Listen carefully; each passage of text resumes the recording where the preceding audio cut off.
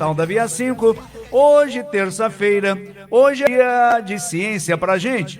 E no Ciência pra gente, a gente conversa com a cientista e professora Aline Torne. Professora Aline, bom dia com muita alegria, seja bem-vinda. Bom dia, Nelson, tudo bem? Como é que tá? Tudo bem, graças a Deus, por aí tá tudo tranquilo? Tudo bem, animado aí com as eleições chegando, né? Então, tá chegando, né? Faltando 5 dias apenas, né, Aline? Pois é, a gente já tá no clima, né, com a eleição americana. Então, é verdade. O clima está quente no país, né? E todo o país inteiro, porque eleições municipais, já viu, o clima esquenta bastante, fica muito quente. Agora, Aline, será que sempre foi assim, esse clima forte de eleições? E a gente tendo assim muita expectativa não, muita curiosidade em tudo que aconteceu nos Estados Unidos em relação à eleição, até porque hoje o mundo virtual coloca a gente também vivendo aquele momento ali, né? E aí, como você está vendo isso aí? É toda aquela ansiedade, É todo verdade. aquele movimento das Então, eleições, né? A gente acompanhou o tempo todo aí pelo jornal, né? é verdade. E hoje nós vamos é. falar um pouquinho sobre a ciência, como ela está envolvida nessa questão do voto, a ciência em eleição, Aline. Como é isso? Então, Nelson, vamos aproveitar aí para lembrar um pouquinho, né, como é que é isso no país, assim, né? Será que sempre foi esse clima todo, essa agitação toda? Não foi bem assim, né? Quando a gente volta lá atrás, o Brasil ele foi colônia por muito tempo, a nossa eleição ela é muito recente, né? Verdade. O voto, né, começou lá enquanto o Brasil ainda era colônia, mas eram votos muito limitados para poucos eleitores, né, muito pouco representativo. Aí a gente teve, né, em 1889, olha, não foi há tanto tempo atrás assim, né, quando a República chegou, mas ainda o voto era muito limitado, só 2,2% da população que votava. Olha Muita só, gente hein? ficava de fora, né? Pensa, isso já é quase 1900. E assim, as mulheres não votavam, os analfabetos, as pessoas que não tinham uma renda mínima não podiam votar, né? E muita água passou aí, até que a gente chegasse nos dias de hoje, né? A gente passou lá em 1930 só que o voto passou a ser secreto, né? As mulheres podiam votar, mas ainda com autorização do marido. A gente passou pela ditadura, né? Muita coisa aconteceu até que a gente chegou nos tempos mais recentes. É verdade. Né? É incrível, né? A gente hoje imaginar que a mulher, para votar, num tempo atrás, ela tinha que ter autorização do marido. Que coisa, isso, né? Isso foi até 1960, por Então, ali, sabe? Aí depois veio a ditadura, a gente só foi votar efetivamente mesmo com a Constituinte, né? Só, depois lá, em 1989, a verdade é essa, né? Foi assim. Só com a Constituição de 88 mesmo que foi mais participativo, né? As nossas eleições. E a gente lembra de tudo isso, é muito novo, né? A gente muito lembra de toda essa trajetória. Eu me lembro que sou mais nova, né? Então, assim, a gente teve o Collor, Itamar, Fernando Henrique, a gente lembra desse pessoal todo. E foi tudo muito novo, né? Então, a gente tem muita dificuldade, é um caminho para percorrer e a ciência tem muito a contribuir. Eu acho que ainda é novo ainda, né? Exato, assim, é muito recente, muito né? recente, a gente está aprendendo um processo e daí é a hora que a gente tem que fazer uso da ciência, porque a ciência, ela está para trazer qualidade de vida para a gente, para fazer com que a gente faça melhores escolhas, para facilitar o processo. É verdade, e sempre lembrando da importância da democracia na vida de todos nós, porque é através da democracia que você tem o direito de opinar, direito de escolher, e aí que deu o direito da mulher votar, não é? Aqui deu o direito do analfabeto votar, que foi tão contestado na época, eu recordo disso. Mas como que o analfabeto vai votar? Bom, não sei, mas votaram e hoje estão votando. O que a gente precisa fazer é trabalhar para que não tenhamos analfabetos. Esse é o grande segredo, exatamente, né? Sim. E se a gente pensar, gente, a população do Brasil lá no início, lá em 1900, lá, era se não me engano, a gente só tinha 9% das pessoas alfabetizadas, né? Então, a gente tinha muitas pessoas que eram ricas e não eram alfabetizadas. Aí, nessa época, o analfabeto podia votar. É verdade. Aí depois que isso mudou, né, e ficou aí por 100 anos sem o analfabeto poder votar, foi uma situação pior ainda que a da mulher, né, que podia votar com autorização do marido. Mas assim, são pessoas que fazem parte do país, né, fazem parte do processo. É como você falou, a gente tem que trabalhar para que não tenham analfabetos, né? Com certeza. Não tirar um direito dele, né? É verdade. Agora, professora Aline, qual a participação ou a importância da ciência na política? O que ela tem de importante nisso, nesse contexto político? Olha, eu vou dar 2 exemplos para você que eu acho que está todo mundo acompanhando. Primeiro são as urnas, né? A gente viu a dificuldade toda dos Estados Unidos em apurar seus as urnas votos, eletrônicas, né? É verdade. A gente tem as urnas eletrônicas que foram desenvolvidas aí com a ajuda do INPE, que a gente já falou muito aqui, que é o Instituto Nacional de Pesquisas Espaciais, né? Isso. E o Centro Técnico da Aeronáutica também teve uma contribuição importante, né? Isso foi feito junto do governo. Em 1996, a gente teve aí já a primeira eleição fazendo uso das urnas. Né? Pensa, a gente passa a votar o país todo, né, a partir da Constituição de 1988, e menos de 10 anos depois a gente já estava com a urna eletrônica funcionando. É verdade. E, assim, logo em seguida, né, todo o país já estava informatizado, né?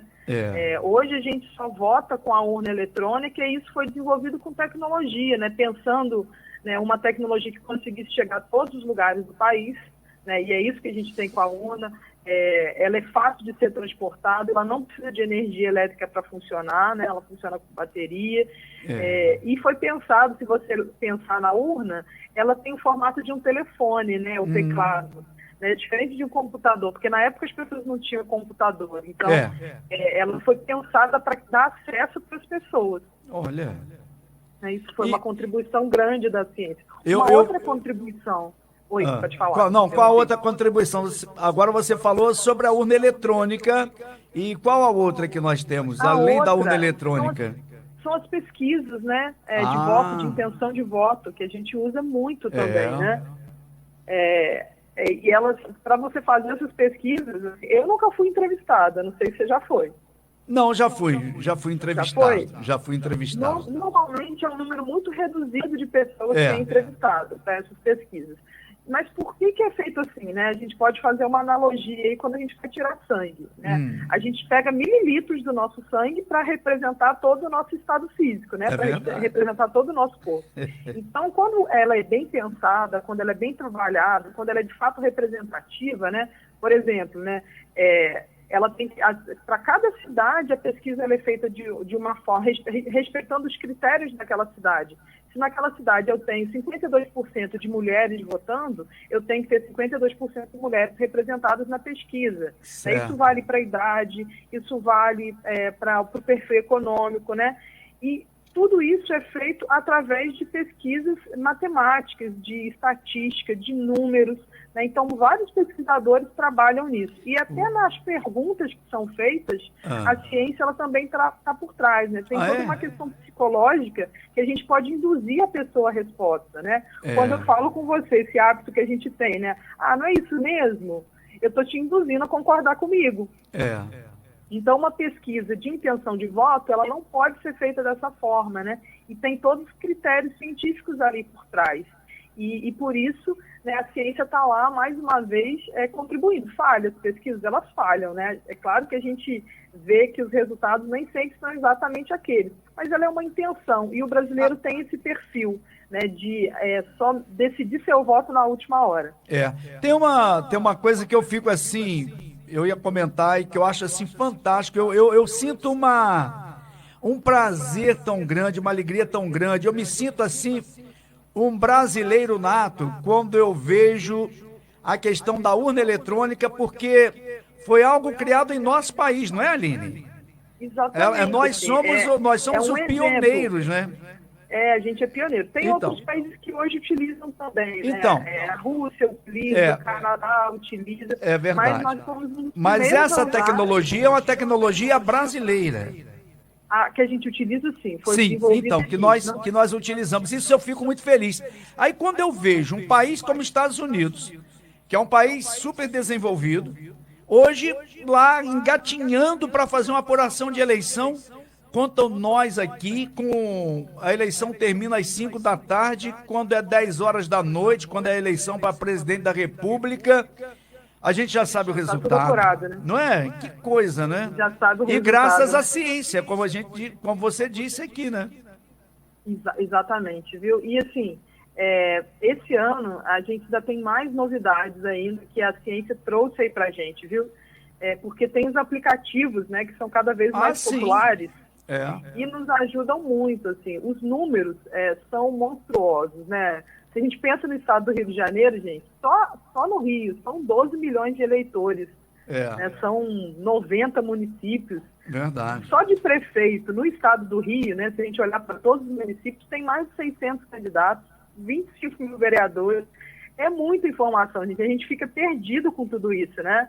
A gente precisa da ciência para ajudar a organizar. Uhum.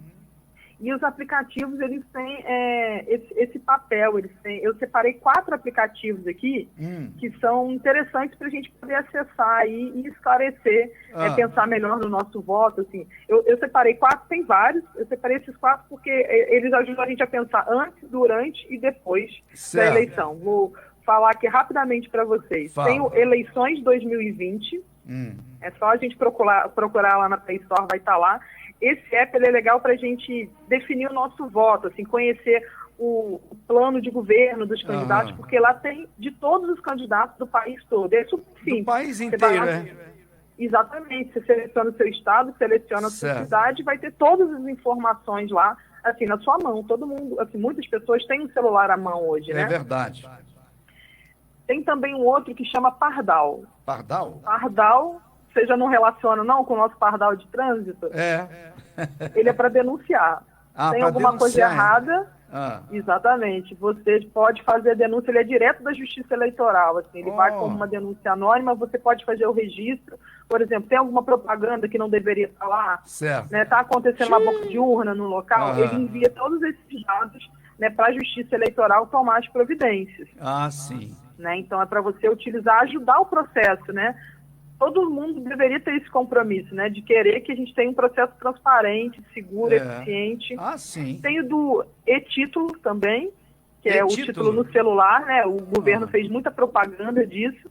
E para depois das eleições, na fase de apuração, a Justiça Eleitoral também criou um outro aplicativo que chama Resultados. Isso, onde a gente pode acompanhar toda a apuração. E é bom a gente fazer esse exercício, né? Entender o processo. Como a gente falou, a gente é uma democracia jovem, né? É verdade. Agora, tem muita coisa para a gente entender. Então, eu fico imaginando aqui que eu acho que em breve, muito em breve, Aline, nós não vamos nem sair de casa para votar, né? Nós vamos ter um aplicativo aí para que você possa votar em casa, onde você estiver, não ter que ir para... Nelson, você viu que legal? O governo já está pensando nisso? Já, então, isso mesmo, já estão pensando nisso. Chama, deixa eu ver o que eu anotei para você, para a gente falar, que é o projeto Eleições do Futuro. Isso. Porque, assim, lá em 1996, né, quando teve a criação da nossa urna eletrônica, né, o governo ele se comprometeu em continuar buscando cada vez mais uma eleição mais fácil para o povo, mais acessível. E as pesquisas elas continuam acontecendo. E que bom. Aberto um edital para essa eleição. E é bom até a gente esclarecer que saiu uma fake news com isso. Não tem voto pela internet esse ano não, tá, gente? Mas esse ano não tem, tem voto pela internet não. Exatamente, para ninguém se confundir, não tem voto. Mas de fato o governo está estudando esse projeto de Eleições do Futuro. Né, foi aberto um edital e tal, e várias empresas se candidataram para desenvolver, né, alguma ferramenta tecnológica para a gente poder votar pela internet no futuro. Vai ser muito mais fácil, né? A gente não precisa se deslocar. Então, é isso, que bom, mas brevemente teremos esses avanços. Agora, só para a gente fechar, falando assim também de algo de bom para o nosso Brasil, é que nós temos hoje na equipe do Biden, lá nos Estados Unidos, uma mulher que vai fazer parte da equipe do presidente dos Estados Unidos, e é uma cientista ela. Isso aí. Não é? Que bom, verdade. Né? Que bom, que bom. É isso que a gente tem que ter em mente, né, gente? A gente tem que olhar aquilo que a gente preza, né, aquilo que a gente quer para a gente, né, buscar votar em uma pessoa que nos represente, porque é assim que a democracia funciona, né? Verdade. Né, se somos maioria mulheres, né, vamos votar em mulheres, né? Se queremos mais representação, né, se queremos, né, todos ter uma opinião, é isso, assim, a gente buscar a democracia, lutar por ela, né, por mais dificuldades que tenha. E aí, só aproveitando para dar um recado para o pessoal, né, por conta da pandemia, a gente não se perder dos cuidados que a gente precisa ter. Sim. A máscara é obrigatória, né, pessoal? A gente tem que ter o distanciamento lá. O documento, ele não precisa ser entregue para quem está na mesa. A gente pode segurar o documento e só mostrar.